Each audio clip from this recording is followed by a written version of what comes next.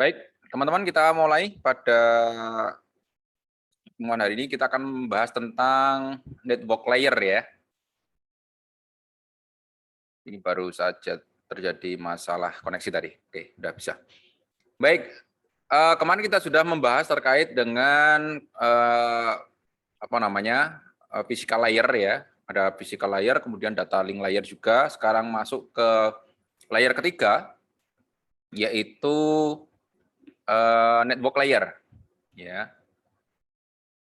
Yang akan kita bahas di sini adalah bagaimana nanti protokol IP yang digunakan pada network layer ini akan menjalin komunikasi, kemudian aturan-aturan pada IP versi 4, IP versi 6, bagaimana cara routing, ya, itu bagaimana sebuah host itu akan menemukan rutenya. Terus kemudian juga tentang routing tabel. Ya. Baik, yang pertama tentang karakteristik dari network layer ya. Network layer ini atau sering disebut layer 3 karena berdasarkan OSI ya. OSI yang 7 layer, ini network layer ada di layer nomor 3. Yang pertama kemarin sudah bahas, ada physical layer, ada data link layer ya. Nah, pada network layer ini ada 4 operasional atau istilahnya 4 kegiatan yang ada di dalam network layer ini ya. Baik, yang pertama adalah proses pengalamatan end device atau addressing end device. Jadi di network layer ini end device yang terhubung ke dalam jaringan itu harus mempunyai alamat. Ya tentu saja di sini yang digunakan adalah alamat IP. Ya, alamat IP ini adalah alamat logik ya. Kalau alamat yang fisik itu kemarin yang kita gunakan sebagai MAC address. Ya, MAC address itu alamat fisik, alamat logik itu adalah alamat IP. Ya. Nah, karena di sini nanti proses yang terjadi di sini adalah proses pengiriman data ya dari alamat sumber pengirim ke tujuan, maka harus ada alamatnya ya. Jadi alamat IP ini kita analogikan adalah alamat rumah Anda ya. Ada nomor, misalkan jalan ring road ya, jalan ring road utara nomor 4, RT 1, RW 1, Condong Catur, Depok Sleman. Ya, itu kan ditulis, ya ditulis. Kalau alamat fisik rumah Anda kan rumah paling pojok, warna catnya merah ya, dekat sungai, ya, dekat parit, kemudian depannya ada pohon bambu. Nah, itu alamat fisik, ya. Kalau alamat logiknya tadi misalkan Jalan Ring Road Utara nomor 4, RT 1, RW 1, ya dan sebagainya. Itu adalah alamat logik, ya. Nah, di network layer ini alamat logiknya harus ada karena digunakan untuk proses pengiriman data. Ya, proses pengiriman data. Itu harus ada, ya. Jadi itu dilakukan di sini, digunakan sebagai identitas ya. Kemudian selanjutnya ada proses enkapsulasi ya, encapsulation proses ya. Seperti yang sudah dijelaskan kemarin, proses enkapsulasi ini kan terjadi di berbagai layer ya. Di berbagai layer ya, mulai dari layer aplikasi, kemudian transport, network, kemudian physical layer. Ini terjadi semua terjadi proses enkapsulasi ya, yaitu terjadi proses perubahan data ya. Kalau masuk ke network berarti dia data-data nanti akan dirubah menjadi dalam bentuk paket ya.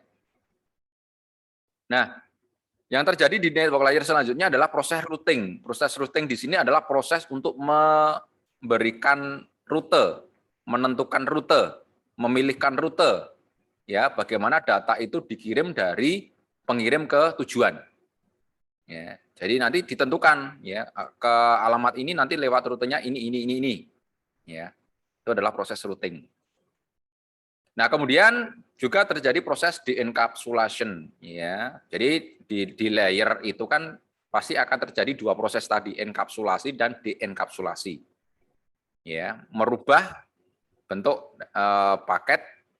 Ya, kalau encapsulation itu dari layer di atasnya, ya. Tapi kalau yang dienkapsulasi itu berubah paket ya dari layer di bawahnya, ya, dari layer di bawahnya. Nah, ini kan seperti yang sudah kita bahas kemarin, ya. Ini proses enkapsulasi dan dienkapsulasi. Ini enkapsulasinya, ya, dari sini. Ya, data masuk ke transport layer, masuk ke network layer, ya, masuk ke data link layer, ya, masuk ke physical layer, dirubah menjadi dalam bentuk bit, masuk ke media, ya, diproses routing, kemudian masuk ke sini, ya, dirubah bentuk frame. Ini dienkapsulasi di sini, ya, dari paket ke segmen, dari segmen ke data. Ini proses dienkapsulasi, ya. Jadi kalau ada proses enkapsulasi, pasti ada proses dienkapsulasi, ya. Ini ya, IP encapsulation. Jadi kalau intinya kalau enkapsulasi pada network layer itu diberikan tambahan IP header, ya.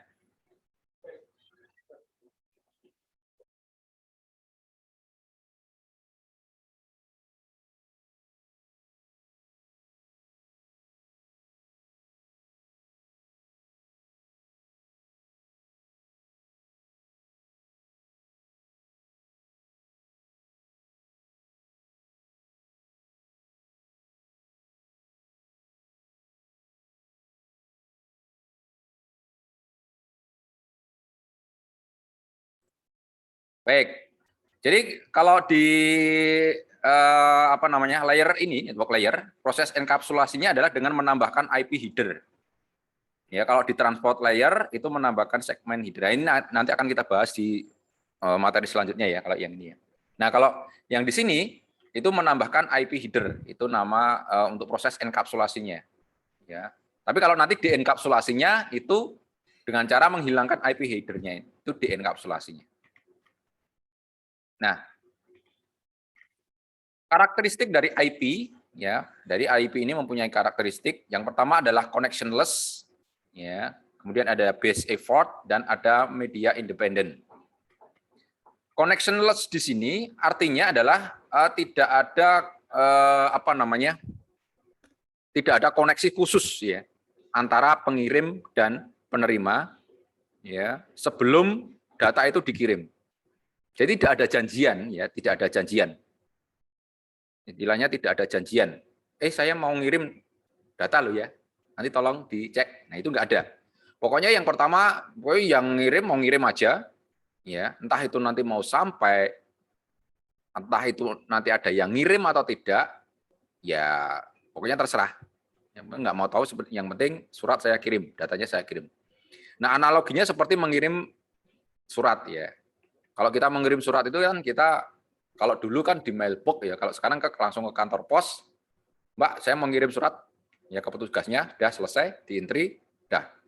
Kita nggak mau tahu, ini nanti suratnya mau sampai kapan, atau sudah diterima atau belum, itu nggak tahu.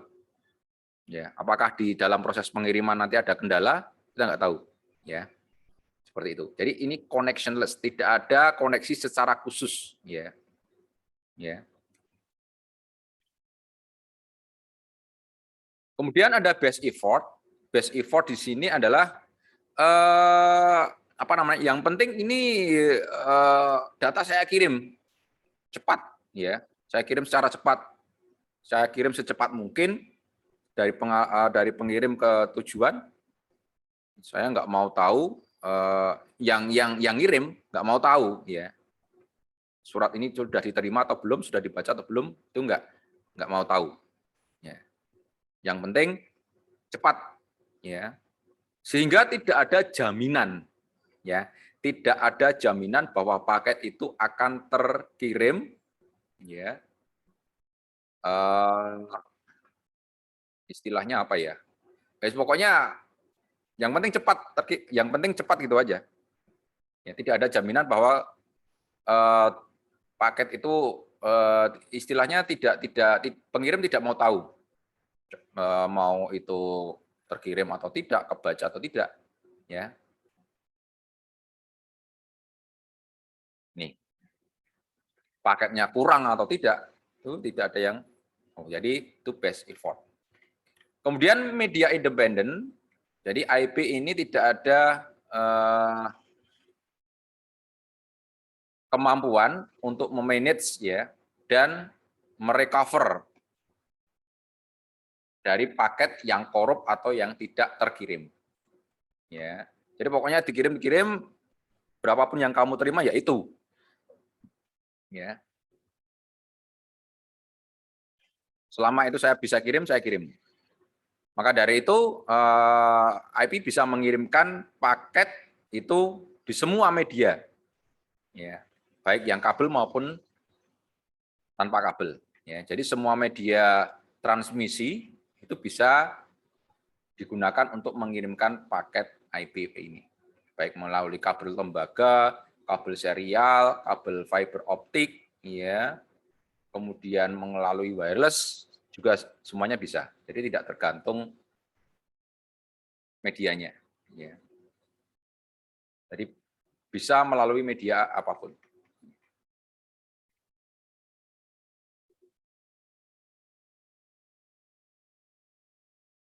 Nah, kemudian kita membahas tentang paket IP versi 4. Jadi IP Internet Protocol ini ada dua tipe, yaitu yang versi 4 dan versi 6. Ya. Ini kita bahas yang versi 4 dulu. Ya.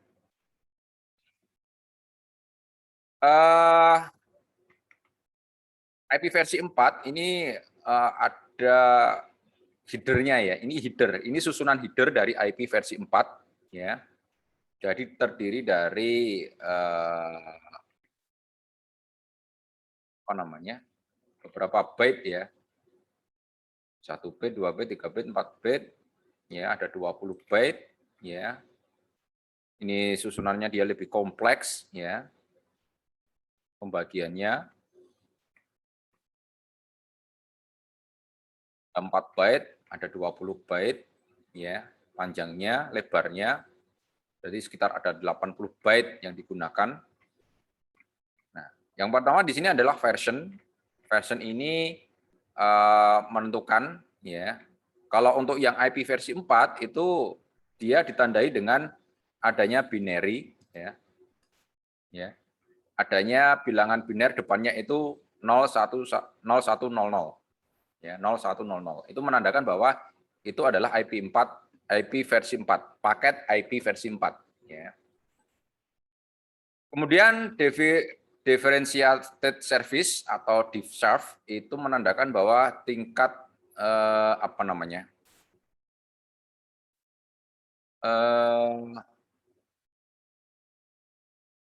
Ini digunakan untuk prioritas, ya, untuk menandakan prioritas ini DS ini. Jadi paket ini prioritas keberapa? Ya, kan biasanya kalau kita mengirim surat atau paket di kantor pos itu kan ada yang paket kilat, ya, kemudian ONS, ya, one night, kemudian ada yang same day dan sebagainya. Itu istilahnya prioritas ya. Nah, ini DS ini adalah semacam prioritas. Checksum, ini checksum. Checksum itu digunakan untuk mendeteksi korup atau tidak, ya, korup atau tidak data yang dikirim. Kemudian time to life ini adalah waktu yang digunakan untuk mengirimkan data. Jadi paket, lebih tepatnya paket, mengirimkan paket. Paket akan dikirim dengan waktu sekian, yaitu nanti akan dihitung mundur sampai 0. Jika sudah 0, maka akan dihentikan. Entah itu paket sudah terkirim semua atau tidak, itu pokoknya kalau sudah mendekati 0, pengiriman akan dihentikan.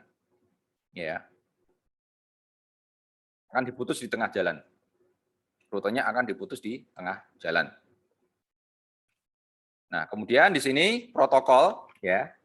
Protokol di sini itu protokol yang digunakan untuk pengiriman data, ya. Ini ada beberapa protokol yang sering digunakan, itu ada ICMP. ICMP biasanya digunakan untuk protokol untuk ngeping ya. Kalau Anda ngeping itu menggunakan ICMP ya. Kemudian ada TCP, TCP untuk beberapa koneksi, misalnya untuk koneksi ke HTTP ya, dan sebagainya yang biasanya menggunakan TCP. Kemudian ada UDP, User Datagram Protokol, ini yang biasanya digunakan untuk video call, voice, kemudian streaming dan sebagainya. Kemudian ada source IP address, itu IP address pengirim, kemudian ada IP address penerima. Ya sama seperti apa ya, surat lah, di surat itu ada alamat pengirim, penerima ya, dan sebagainya. Ini contoh ya, proses ya pengalamatan IP ya.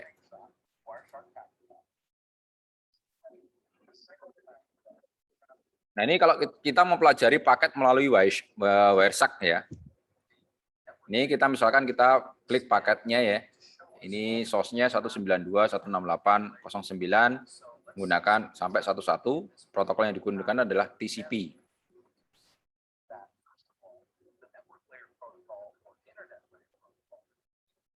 Nah di sini nanti akan kelihatan IP internet protokolnya versi berapa, ya, source-nya berapa, destination-nya berapa, ya.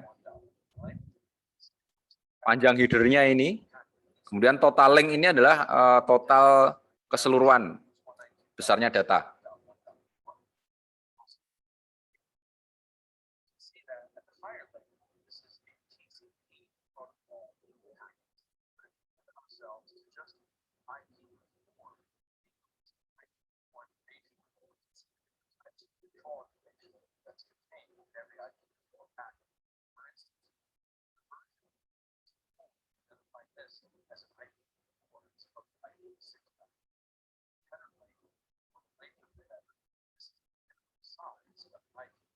Nah, itu adalah header ya.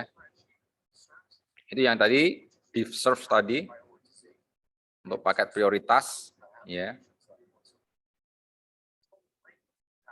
Nah, itu total length dari paket ya.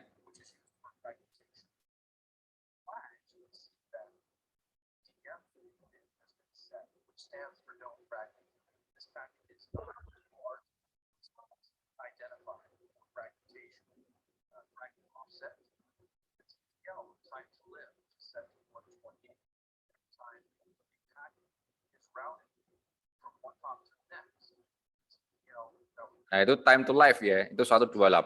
Kita kan nanti sudah sampai 0, paketnya akan di-drop. Jadi batas waktu paket itu dikirim adalah 128 ya. Kalau nanti sudah 0 maka di-drop. Apakah itu paketnya nanti akan terkirim semua atau tidak, pokoknya kalau sudah TTL-nya 0 itu akan di-drop. Kemudian protokol yang digunakan adalah TCP, sudah ada di sini ya.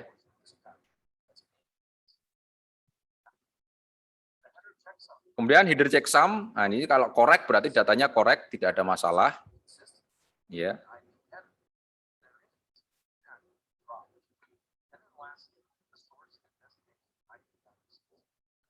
Ini IP sumber, IP tujuan.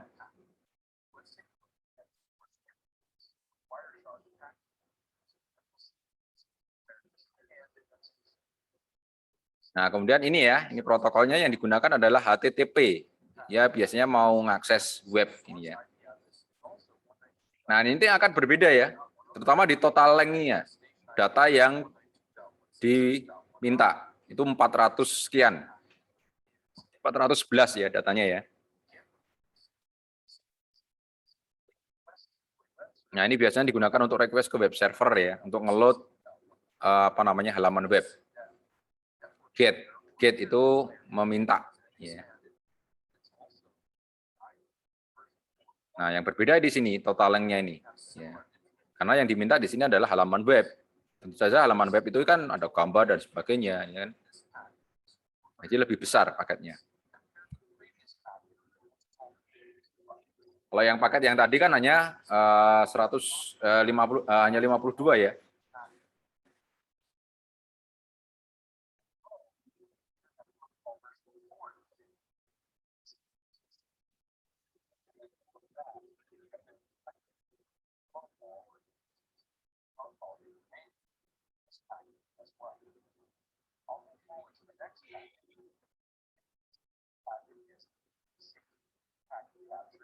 Nah, di sini yang digunakan adalah ICMP ya, ICMP untuk ngeping biasanya ya. Di sini ya protokol yang digunakan adalah ICMP ya. Ini ICMP. Kemudian panjangnya ini 60 ya ngeping. Apa namanya besarnya ya, besarnya yang digunakan ngeping.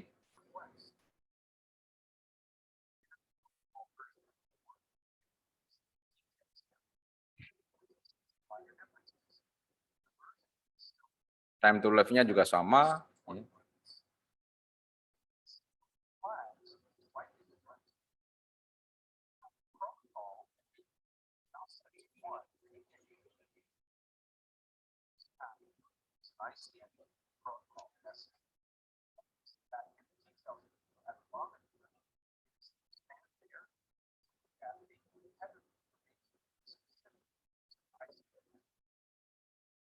Nah, itu tadi ya cara membaca di aplikasi Wireshark ya. Nah, kemudian IP versi 6 ya, paket IP versi 6. Kenapa kita harus menggunakan IP versi 6? Karena ada beberapa keterbatasan dari IP versi 4. Ya. Yang jelas beberapa kelemahan atau keterbatasan IP versi 4 ini ada 3 ya. Isu terkait IP versi 4. Yang jelas IP versi 4, alamat IP versi 4 ini sudah akan habis. Ya, ini terbatas ya. Alamat IP 4 itu jumlahnya sekitar 2 pangkat 32 karena dia terdiri dari 32 bit kan ya. Jadi 2 pangkat 32 sekitar 4 miliar ya, 4 miliar. 4 miliar IP address. Publik ya ini publik. Karena apa yang digunakan untuk koneksi internet atau koneksi global itu adalah IP publik, bukan IP private. Ya. Nah ini IP publik yang digunakan untuk koneksi antar di jaringan global atau internet itu sudah habis. Ya. Nah cara untuk mengatasi hal tersebut maka menggunakan teknologi yang namanya NAT, Network Address Translation. Ini ya, yang kedua. Fungsinya apa? Itu membungkus atau istilahnya memanipulasi ya, membungkus alamat IP lokal atau alamat IP private ya, itu dibungkus menggunakan IP public. Ya, itu namanya NAT. Sehingga seakan-akan nanti yang berkomunikasi itu adalah IP publiknya tersebut. Ya. Jadi istilahnya disamarkan ya, disamarkan. IP versi 4 lokalnya itu disamarkan menggunakan IP versi IP publiknya ya. Sehingga bisa koneksi. Nah, ini yang terjadi masalah ketika nanti akan koneksi antara end to end ya. Jadi langsung dari device ke device itu tidak bisa langsung ya karena harus melalui NAT ini dulu. Sehingga nanti prosesnya akan lebih ribet ya, akan lebih ribet. Karena taunya NAT ini IP publiknya juga satu, padahal di bawahnya itu banyak sekali jaringannya. Ya, seperti itu. Kemudian dengan adanya NAT ini, maka IPv versi 4 itu menambah kompleksitas jaringan. Ya, karena saking banyaknya NAT atau penggunaan penerapan NAT ini, maka permasalahan jaringan itu semakin kompleks ya. Untuk menangani masalah juga bingung. Misalkan contoh, ini yang terjadi masalah adalah di jaringan IP publiknya 200 misalkan. Padahal IP publik 200 itu di bawahnya itu, karena IP publik itu hanya sebagai NAT, maka di bawahnya itu kan ada jaringan-jaringan lokal yang lainnya.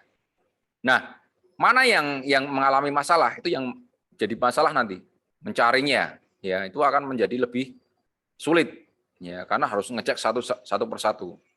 Ya. Nah, dengan adanya IP versi 6, itu kan IP versi 6 ini kan jumlahnya banyak banget ya, 2 pangkat 128. Ya. Jumlah IP publik di IP versi 6. Makanya setiap device, end device itu bisa menggunakan IP publik sehingga bisa langsung koneksi end to end. Ya, end to end secara langsung, tidak perlu menggunakan NAT. Ya. Ini tadi ya kelebihan dari IP versi 6 ya, meningkatkan jumlah alamat ya. Ini ya. Jumlah alamat IP-nya bertambah banyak.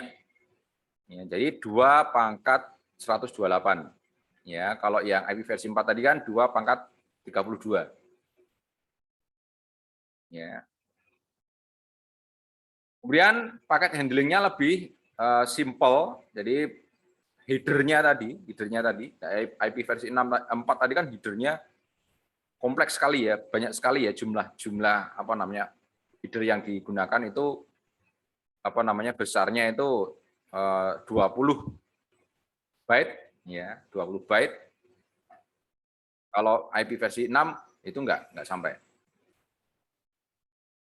Kemudian juga tidak perlu menggunakan NAT lagi karena semua IP itu menggunakan IP publik, maka tidak diperlukan NAT. Ya. Ini ya 4 miliar, IP versi 4 itu alamat IP publiknya ada 4 miliar. Ya, tapi kalau IP versi 6 itu ada ini. Berapa itu? Atau sering disebut 340 undecillion. Ya, undecillion. Nah ini. Nolnya 1, 2, 3, 4, 5, 6, 7, 8, 9, 10, 11, 12. 36, nolnya 36. Kalau ini nolnya hanya 9. Ya, nolnya hanya 9. Bayangkan berapa perangkat yang bisa terkoneksi. Berarti ada sekitar ya ini. Kalau ini ada 4 miliar, maksimal 4 miliar perangkat, kalau di sini bisa sampai ya ini. Ya. Khususnya dengan perkembangan IoT ini sangat mendukung sekali. Jadi semua perangkat IoT bisa mendapatkan IP publik. Bisa langsung koneksi end to end. Nah ini kan headernya IPv4 tadi ya. Dia banyak sekali. Dia butuh ini 20 ya. 20 byte ya. Nah, kalau ini nih lebih simple ya. Lebih simple. Ini kan terlalu rumit ya. Destination address, source address, protokol, person dan sebagainya, bla bla bla. Ini lebih simple ya. Lebih simple.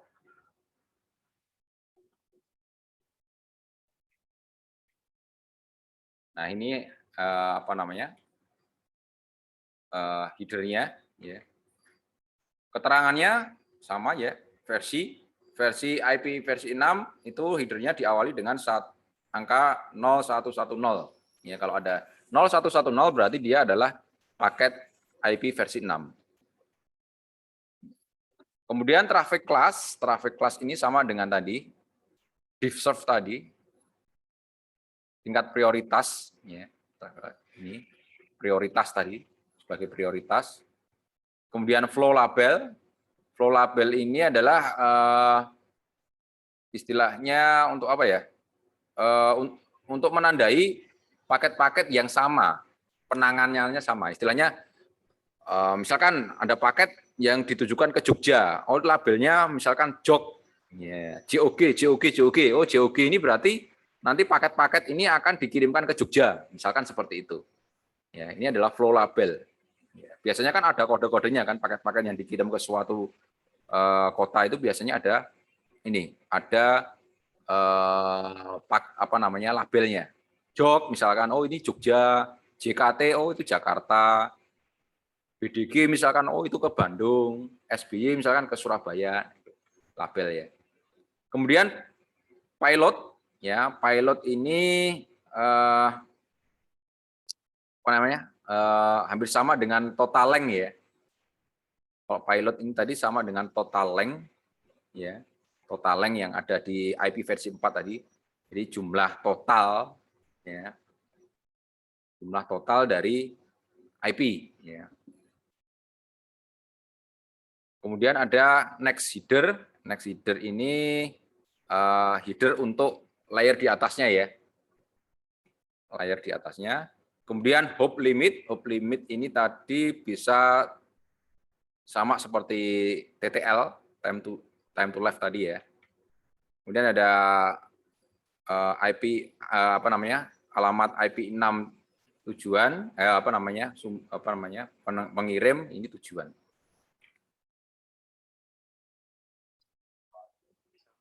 Nah, ini terkait Wireshark terkait dengan IP versi 6. Nah, ini ya. 100 0110 itu versi 6. Ya. Traffic class yang tadi sama dengan yang DF tadi, prioritas.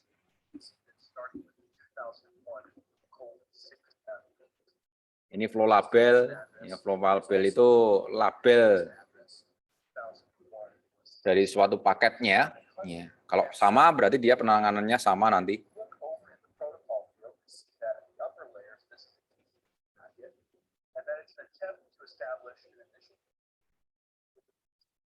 Sama ya. Next header itu adalah protokol yang digunakan. Sama seperti protokol tadi ya, keterangannya protokol. Kalau next header itu adalah, kalau di sini next header, kalau di IP versi 4 itu protokol. Ya.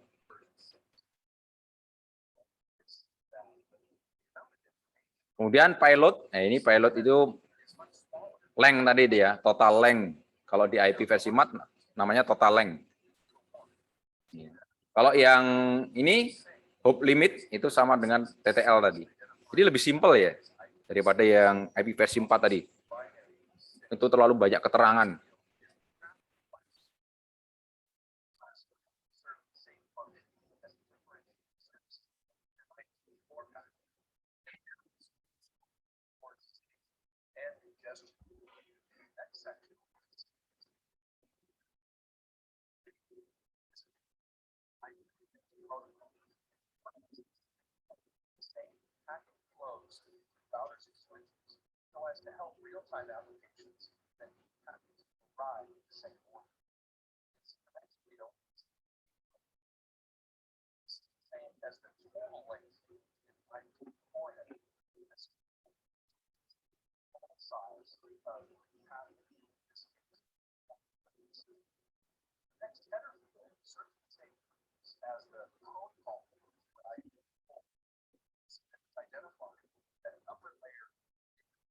Ya sebenarnya sama, cuma istilahnya aja yang berbeda di sini.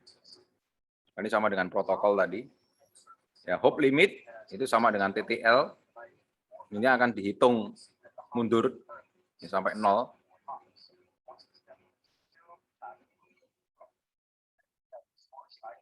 Terus IP address dan destination IP address. Ya. Sama ya. Nah, yang selanjutnya adalah bagaimana menentukan rute dari host ya. Bagaimana host itu melakukan atau menentukan rute. Jadi bagaimana sih cara mengirimkan datanya itu ya, dari host ke host atau dari end to end ya. Nah, host atau perangkat end device itu dapat mengirimkan paket ya ke 3 tipe atau ke 3 macam atau ke 3 tujuan.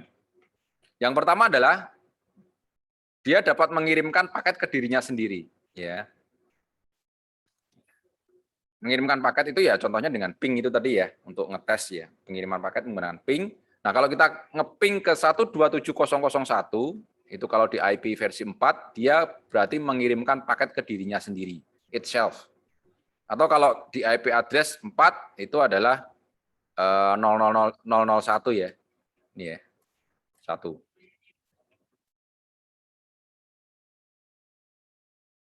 Jadi mengirim ke di sini. Ini istilahnya alamat loopback ya, alamat loopback. Jadi ada nanti dibedakan ya antara localhost ya. Kalau kita kan biasanya localhost itu adalah komputer sendiri. Kalau ini beda istilahnya. Nah, ini localhost ya. Localhost ini adalah komputer atau istilahnya host yang ada di jaringan yang sama. Contohnya ini ya. PC 1 dan PC 2 ini adalah localhost karena dia berada di dalam satu jaringan yang sama. Ya. Jadi bisa ngeping secara langsung. Ya. Ini sama. Ini namanya local host. Jadi PC1 dan PC2 ini local host. Sama-sama di jaringan yang sama. Ya. Kemudian yang ketiga adalah host dapat mengirimkan paket ke remote host. Ya. Nah, bagi PC1, server ini adalah remote host-nya. Remote host itu adalah host tujuan ya yang berbeda jaringan. Ya, yang berbeda jaringan. Ini sudah berbeda ini. Ini dalam satu jaringan atau local host tadi, ini adalah berbeda jaringan atau remote host. Nah, tanda yang paling gampang ya,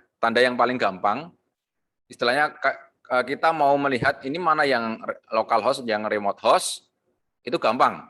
Kalau yang local host, ini biasanya dia masih tersambung dalam satu switch. Ya. Nih, ini local host ya. Kalau dia terkoneksi dalam satu switch yang sama, dia disebut local host. Ya. Tapi kalau remote host, dia sudah melalui, atau kalau untuk koneksi, dia harus melalui router. Ini namanya remote host.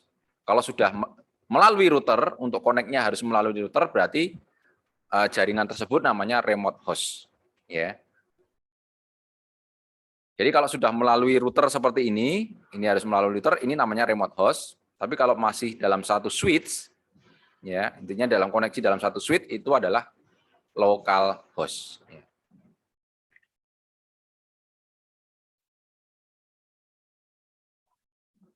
Nah, kemudian ada istilah yang namanya default gateway ya. Default gateway ini adalah perangkat jaringan yang dapat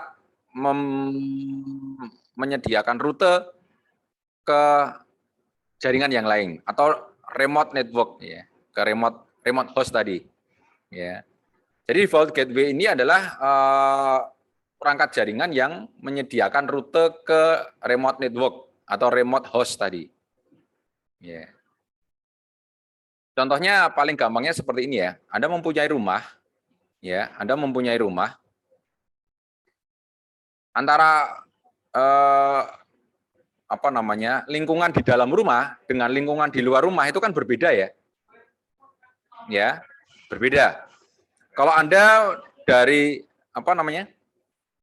dari dalam rumah mau keluar rumah, itu kan melewati pintu utama, pintu masuk, pintu keluar masuk rumah.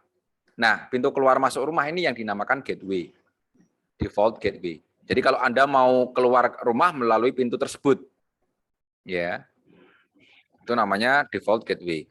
Kalau Anda masuk ke rumah yang mempunyai, ya Anda lewat pintu rumah tersebut, ya, itu namanya default gateway. Ya, biasanya default gateway itu sebuah router ya.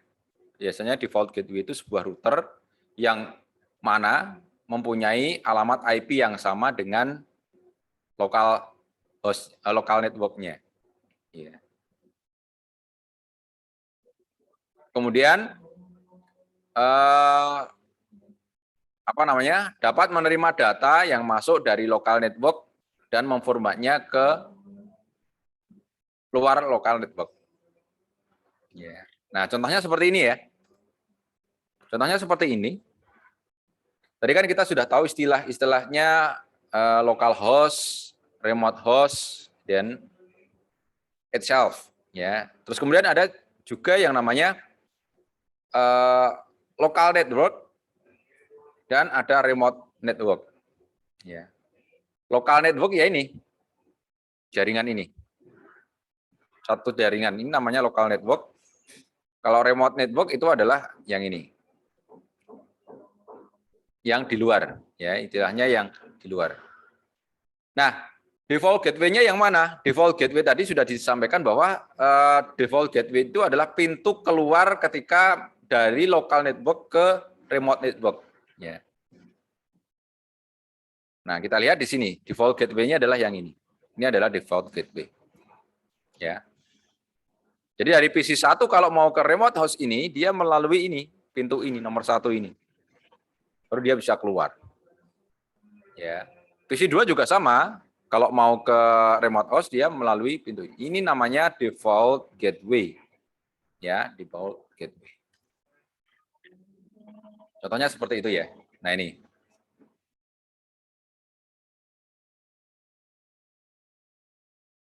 Nah, ini local network ya. Ini remote network, ada direct connection.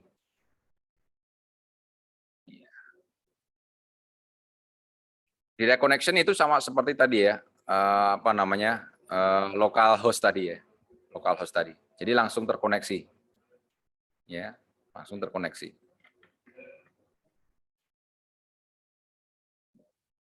Nah, default gateway ini apa? Ini sangat menentukan ketika nanti kita mau melakukan proses routing, ya. Kalau kita mau melakukan proses routing itu default gateway ini sangat menentukan. Jadi nanti kalau Anda mau masuk kemana atau mau menuju ke jaringan mana, melalui gateway mana, itu kalau salah, nanti bisa salah jalan. Ya contohnya kalau kita lewat jalan tol ya, lewat jalan tol itu kan ada gerbang tol. Nah gerbang tol itu adalah gateway, contoh default gateway. Kalau mau ke Jakarta nanti lewat gerbang tol sebelah kiri, kalau mau ke Bandung lewat gerbang tol sebelah tengah, kalau mau ke misalkan ke mana ya, ke Bogor misalkan, itu lewat yang kanan. Ketika Anda salah default gateway-nya, salah masuk gerbangnya, berarti Anda salah tujuan. Ya. Anda mau ke Jakarta tapi lewat gerbang tol yang sebelah kanan ya, Anda langsung masuk ke Bogor nanti. Nah itu, ya. Maka dalam proses routing harus diketahui dulu ya. Ini routingnya mau tujuannya kemana? Maka kita pentingnya melihat topologi jaringan itu kita harus lihat dengan benar. Ya semacam map ya, map itu kita kan kalau kita mau ke Jakarta kan lihat map dulu, nanti lewat mana ya? Oh lewat ini, lewat ini, lewat ini. Oke nanti kalau sudah masuk tol, misalkan tol Cikarang misalkan ya, nanti ambil gerbang yang sebelah kiri untuk ke Jakarta. Karena kalau yang tengah ke Bandung, kanan ke Bogor, misalkan seperti itu. Nah itu sudah dirancang dulu. Ya, nanti ketika masuk ke tol Cikarang, gerbang tol Cikarang, Anda langsung belok kiri, nah menuju ke Jakarta. Misalkan seperti itu ya. Ya itu contoh apa namanya proses routing. Nah ini contohnya seperti ini ya. Nah kalau di Windows ini contohnya ini ya. Ini dari PC1 mau ke remote network sini ya. Dia berada di jaringan 192.168.10.0 ya. Dia connect ke router, routernya ini dengan interface ya dengan alamat yang 10.1. Ya, maka untuk mengetahui default gateway-nya dengan mengetikkan perintah ini ya. Net start. Ya. Nah, nanti akan ada informasi gateway. Ya, gateway-nya melalui 192.168.10.1. 10.1 itu yang ini. Ya, yang ini gateway-nya. Jadi tempat dia keluar, pintu keluar ke sini ya. Pintu keluar ke apa namanya? Ke remote network ya. Dia melalui ini 10.1 ini. Ini ada tulisannya ya. Gateway ya.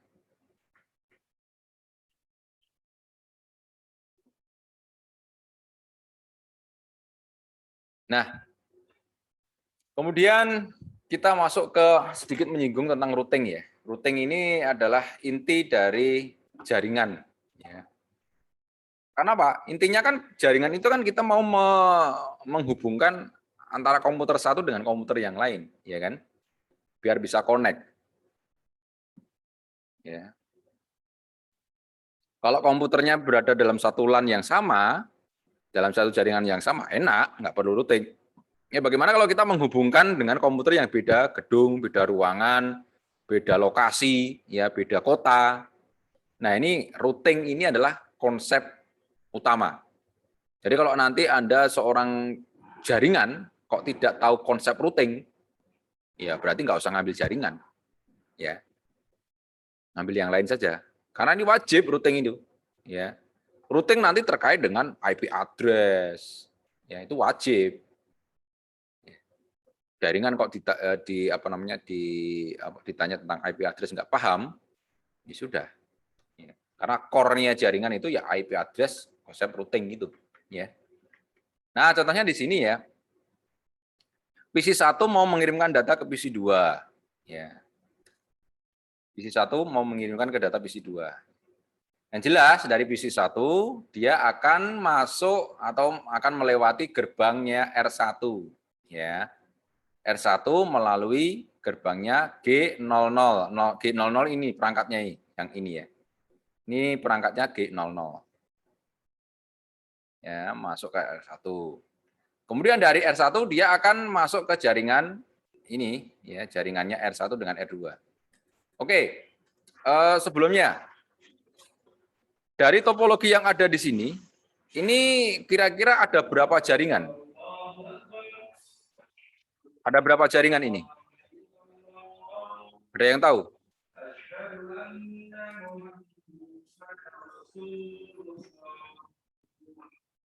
Ada yang tahu? 5, Pak. Gimana? Ada berapa jaringan? 5. Mas Muhammad Mas'ud? 5, Pak. Ada 5. 5 yang mana saja? 5 yang mana saja?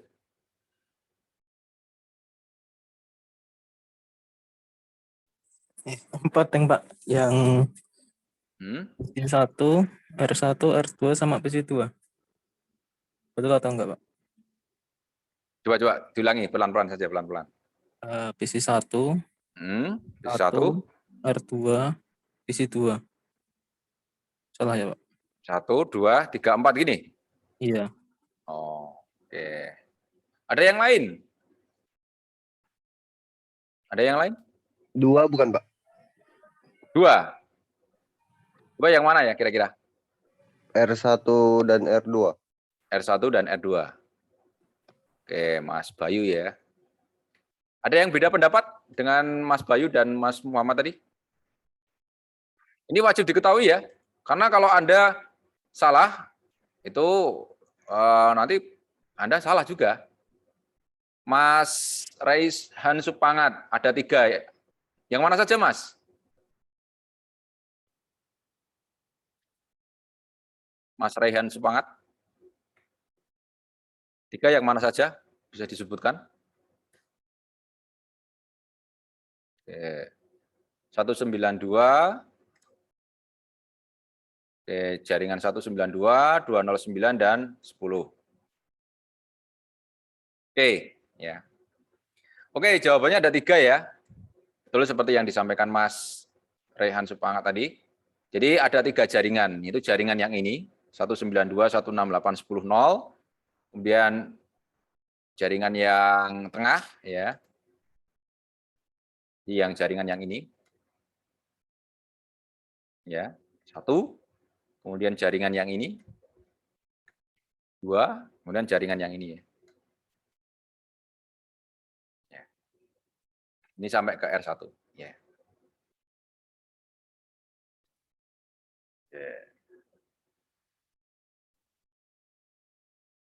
Ini ya. Jadi ada 3 jaringan. Ya. Nah ini Anda wajib bisa menentukan seperti ini. Kalau enggak nanti, nah, terutama pada waktu proses subnetting nanti ya. Proses subnetting itu kan membagi IP untuk beberapa jaringan, ya, ke beberapa jaringan.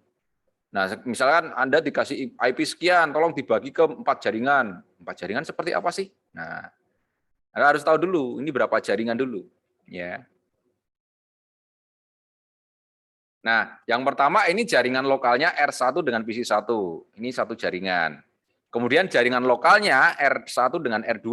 Ini satu jaringan. Kemudian jaringan lokalnya R1 dengan R2 dengan PC2. Ya. Ini ya. Ini jaringan lokal. Jadi kalau ditanya ada berapa jaringan, itu Anda cari jaringan lokalnya. Ya, jaringan lokalnya. Jaringan lokalnya. Ya. Oke.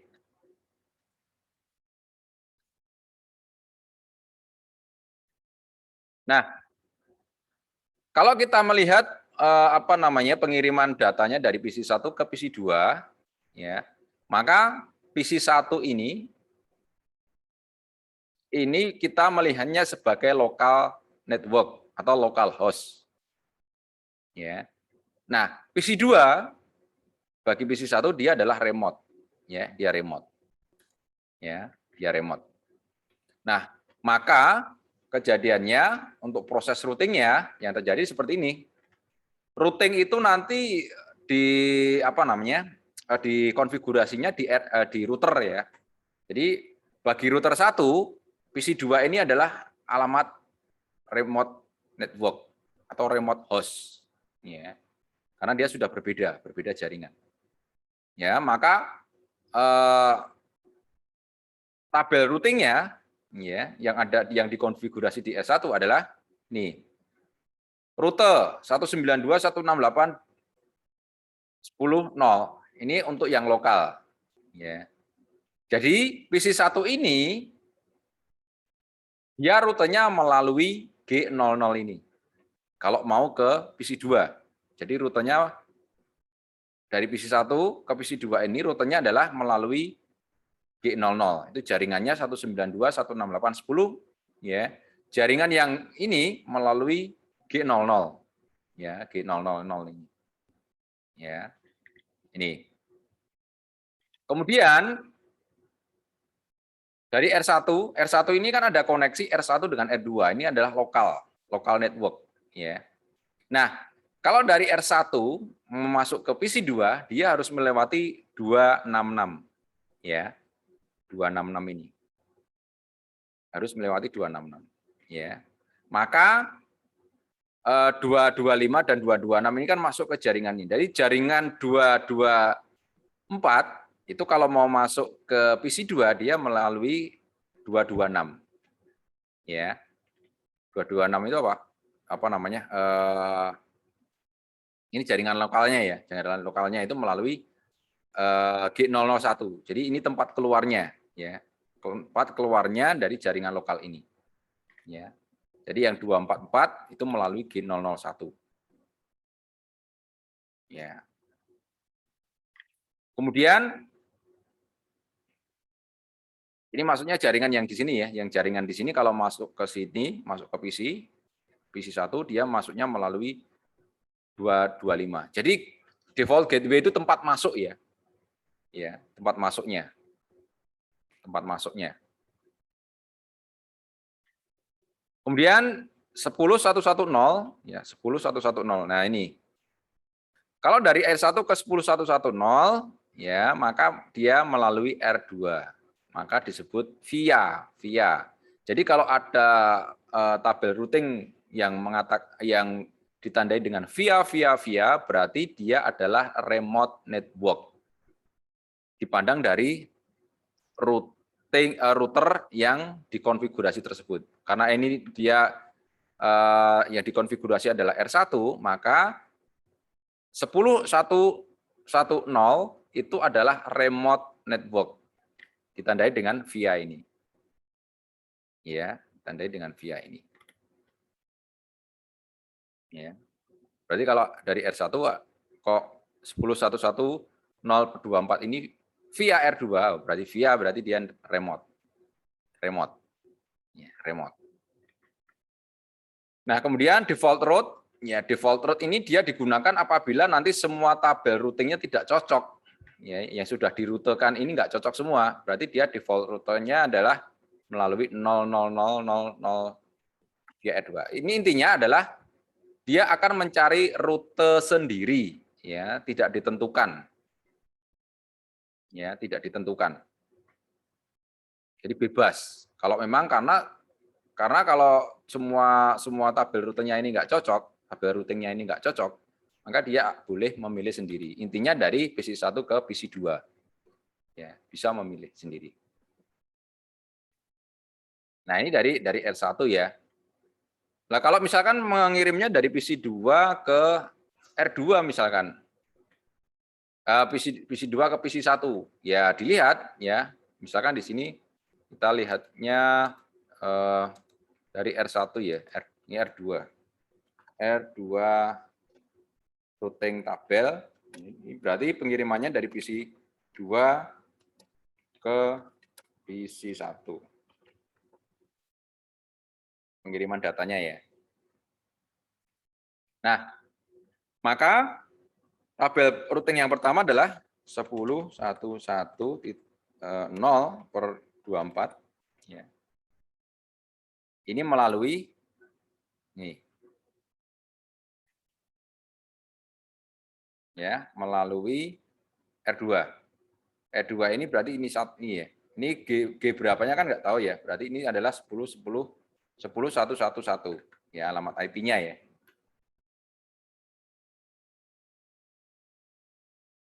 Berarti alamat ini exit book-nya 10.1.1.1 ya. Kemudian sama seperti yang di sini tadi,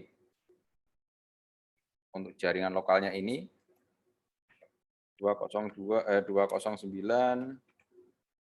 165 200 224/30 ya. Dia melalui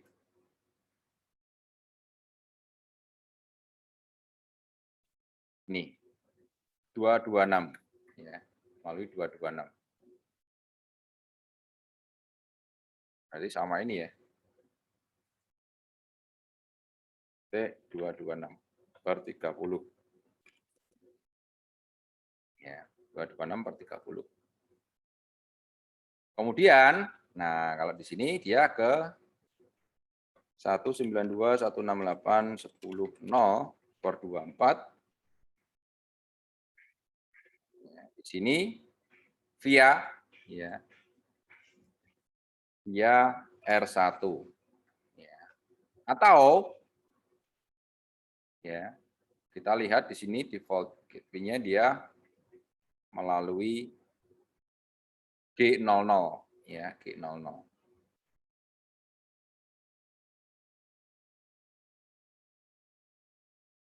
Oh, G00.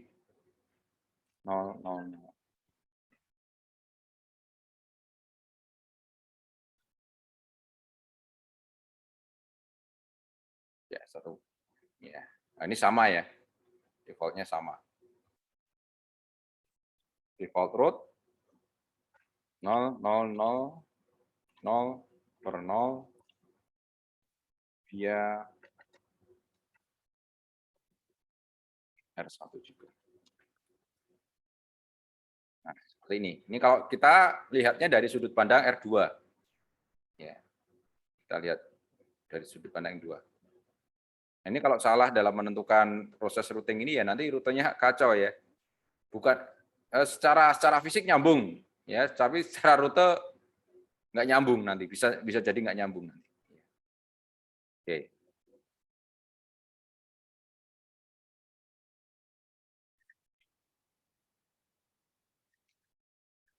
Nah, kemudian routing tabel ya, 3 tipe rute yang routing yang ada di routing tabel itu ada 3 macam. Yang pertama adalah directly connected network atau jaringan yang terhubung langsung, ada remote network, ya, ada default route, ya.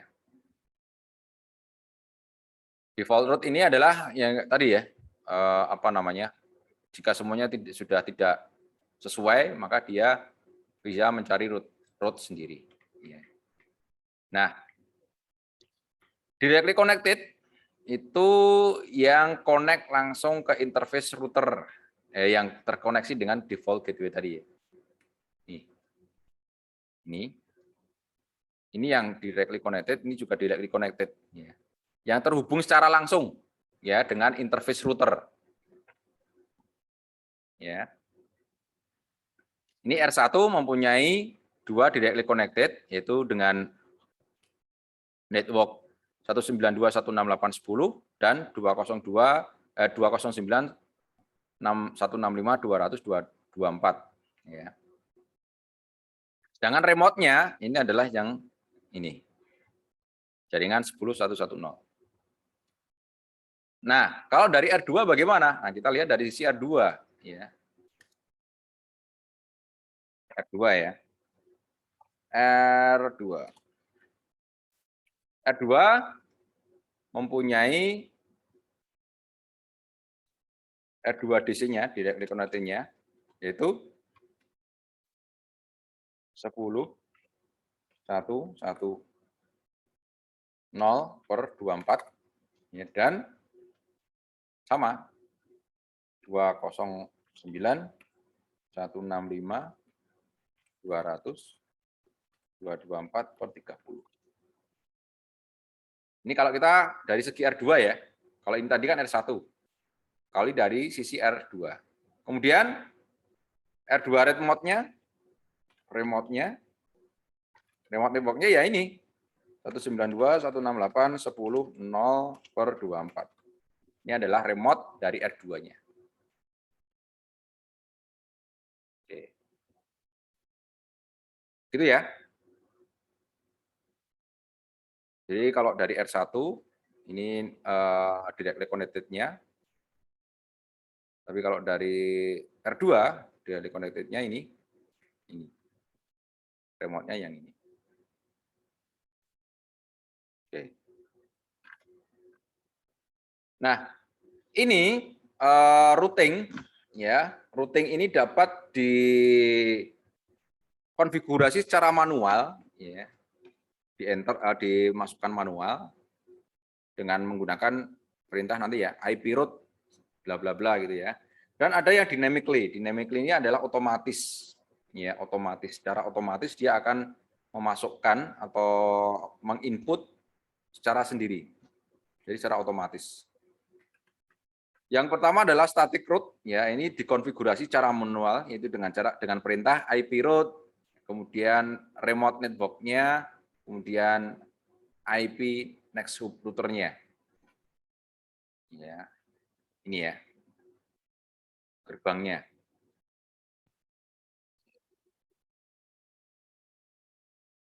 Jadi ini mau menghubungkan dari R1 ke ini.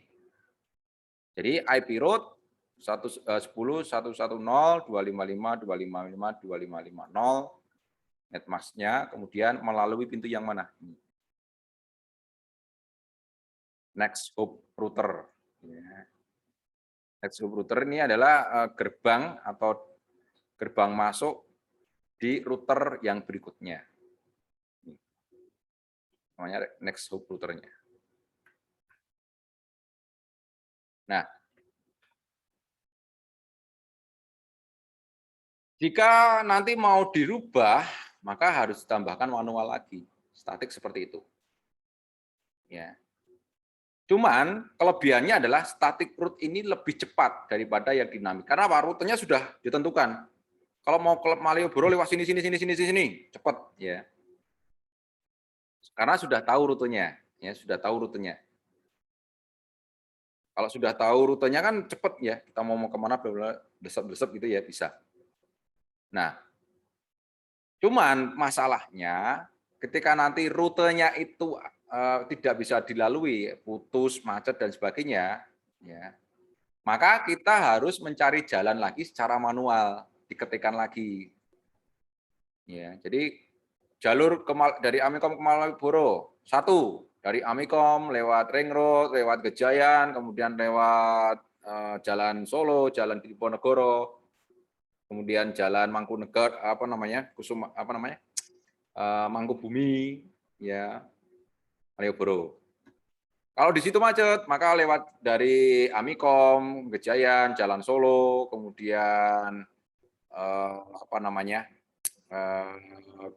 yang ke selatan lagi itu, ya lagi-lagi pokoknya setiap rute yang akan dilalui, rute alternatif itu harus ditulis, harus dikonfigurasi manual. Itu yang bikin lama, ya. Semakin banyak rute alternatif, maka semakin banyak entry-nya, ya, semakin banyak routing tabelnya. Dan itu akan memberatkan router jika spesifikasi routernya istilahnya itu kurang. Ya. Karena router itu kan komputer ya, itu ada memorinya, ada tempat penyimpanan dan sebagainya, itu kan terbatas juga. Ya. Tuh. Maka setiap rute alternatif harus diinputkan secara manual. Ya. Nih. Harus dikonfigurasi manual. Ya, kemudian administrator harus mengkonfigurasi ulang jika terjadi rute yang misalkan putus dan sebagainya. Ini cocok untuk jaringan kecil, jadi static route itu untuk jaringan kecil, cocok dan tidak banyak redundant link atau istilahnya rute cadangan tadi, rute alternatif tadi. Ya. Kalau rute alternatifnya sedikit, nggak masalah sih ya. Kalau banyak, ya kita harus entry manual itu yang ya. Lebih sering digunakan ya dengan menggunakan dynamic route protokol sebagai default route ya tadi ya, default route tadi. Yang default route. Nah, ini biasanya dia menggunakan routing dinamik karena biar bisa mencari sendiri. Jika tabel routingnya nggak cocok. Nah, kalau dinamik ya sudah, dia akan otomatis ya. Dia akan otomatis.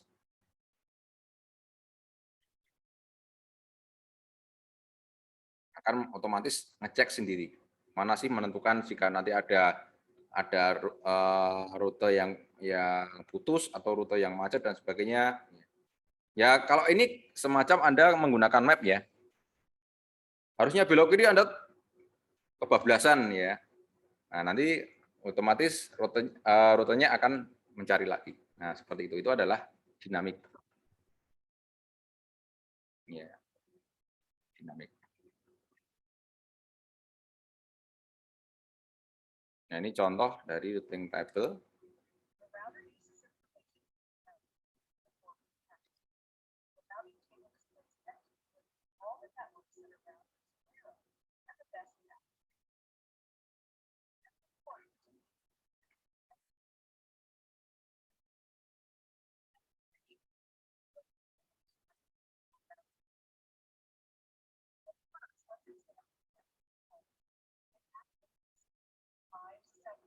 Nah, di sini ada 5 jaringan ya. 1, 2, 3, 4, 5. Ya. Ada 4 line, 2 WAN. Ya, WAN itu ya antar router ini namanya WAN.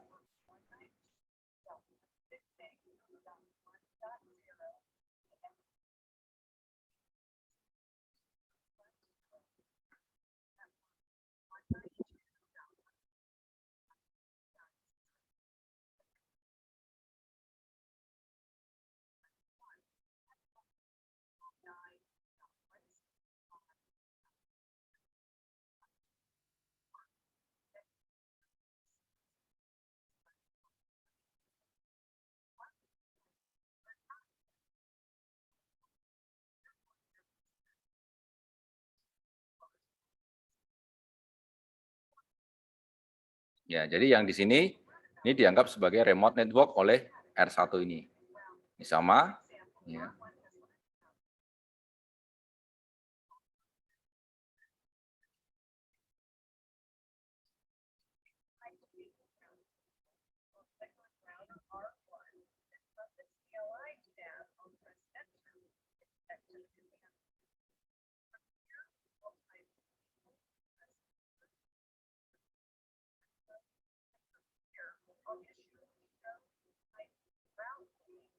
Song IP route ya untuk melihat routing tabelnya tadi ya.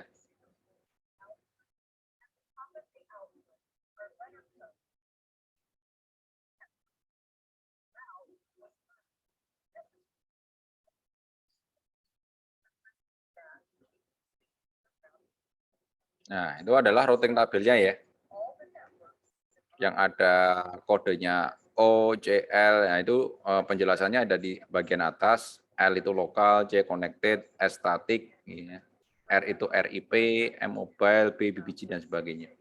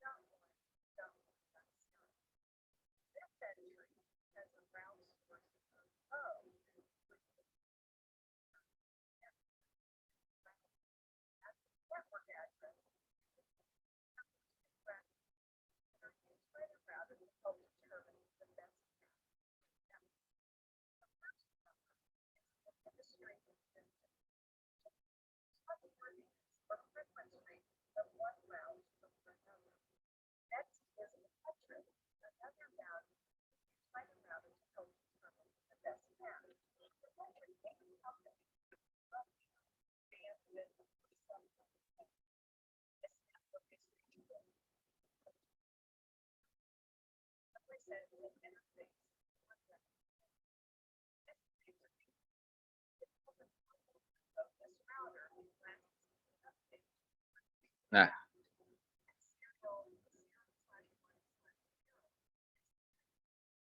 jadi di sini 10.000 ini dia adalah remote-nya dari ini dari R1 ya. Dia mempunyai dua subnet, berarti dua jaringan yang 10.110 dan 10.120 ya. Tadi kita lihat di apa namanya? Di sini kan ada dua ya. Apa namanya?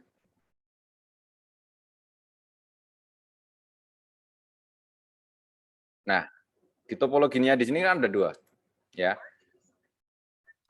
Nah, di sini ada dua ya, makanya dia menjadi dua subnet tadi ya. Menjadi dua subnet tadi. Ini is to subnet. Berarti intinya apa namanya? Ini nanti ada dua subnet. Jadi ada dua jaringan, dua cabang jaringan. Begitu juga yang ini ya. Variabel subnetted. Ini ada dua jaringan. Ya. Ada jaringan dua, ada jaringan juga. Ya. 11 ya. 0 ya. Kemudian ke 11.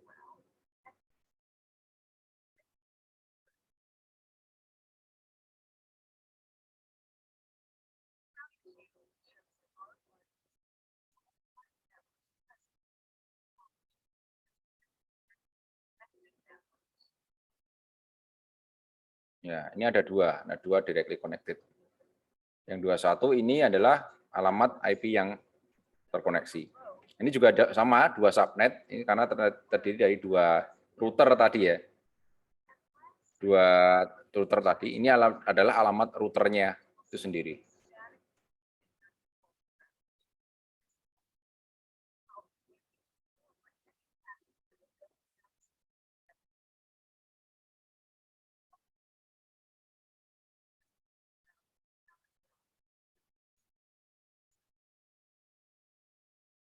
Ya, sama ya dengan ini ya. Jadi kita lihat di sini ya, statik ya. Statik itu di apa namanya? Ini ditulis secara manual ya, statik. Ini statik.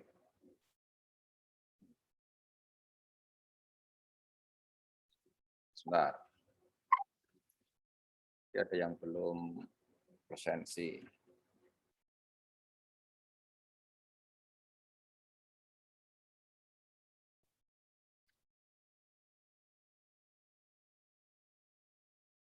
Presensi manual 20 11 34 92.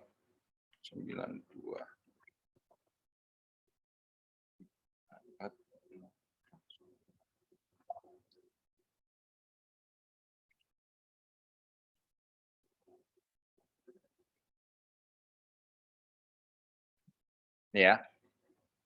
Nah, kalau ada tulisannya via ini berarti dia remote ya. Remote dari pandangan R1 ya. Nah, di sini 10.110 ini kan remote dari sudut pandang R1 ya. Kemudian O ini secara dinamik ya, OSPF berarti dia menggunakan OSPF jadi routingnya secara dinamik ya, dia mencari sendiri. OSPF ya, melalui 266 ini. Ya. Gigabit Ethernet 001. Jadi dia masuk ke sini melalui 266. Kemudian yang 10 ya. Apa namanya? Alamat jaringan 192.168.10/24 ini juga ada dua ya yang terkoneksi di sini, yaitu yang 1024 yang ini dan 101. 101 itu alamat IP-nya ini sendiri, alamat IP-nya dari R1. Jadi ada dua yang terhubung di sini ya.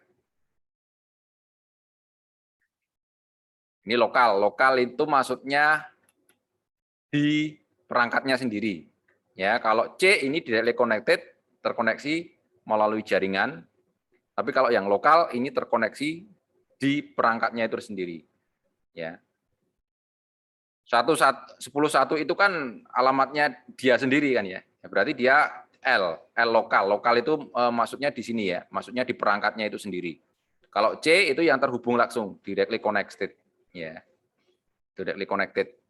Ya. Kalau L ini masuk di apa namanya? Di perangkatnya itu sendiri. Kemudian ini juga 200 itu yang ini. Dia terhubung ke 224 directly connected, ya makanya dia C. Kemudian L itu lokal, 255 itu perangkatnya ini sendiri, R1 sendiri. Jadi nanti kita melihat dengan show IP route, bla bla bla keterangan seperti ini, kita bisa menggambar ini, menggambar topologi jaringannya. Mungkin besok apa namanya ujiannya seperti ini aja ya, UTS-nya ya. Kita berikan show IP route, ya keterangannya seperti ini. Silahkan Anda bikin topologi jaringannya. Nah ini kayaknya seru deh, ya seperti ini. Nah ini ya, directly connected lokal L itu lokal IP address, berarti IP address punyanya perangkat itu sendiri ya. Kalau L itu IP address punyanya perangkat itu sendiri, ya. Seperti ini ya, 192.10.11.1 ya. Itu terhubung ke jaringan 192.168.10.0. Ini. Ya, dihubungkan melalui ini. Ini adalah alamat IP-nya dia sendiri. Ya. Jadi LL ini adalah alamat IP interface tersebut ya. Kalau R1 berarti ini R1 itu sendiri. Seperti itu. Kayaknya udah selesai ya. Oke. Baik teman-teman, itu yang mungkin yang bisa saya sampaikan pada siang hari ini ya. Oke. Nanti kalau ada pertanyaan, rekodan praktikum minggu lalu belum saya upload karena saya belum dapat datanya ya dari apa namanya. Kayaknya sudah ya, coba nanti dicek ya. Dicek baru saya upload tadi pagi ya. Karena saya baru dapat linknya ya. Baik teman-teman, mungkin itu yang bisa saya sampaikan pada siang hari ini. Kurang lebihnya mohon maaf, saya akhiri. Assalamualaikum warahmatullahi wabarakatuh.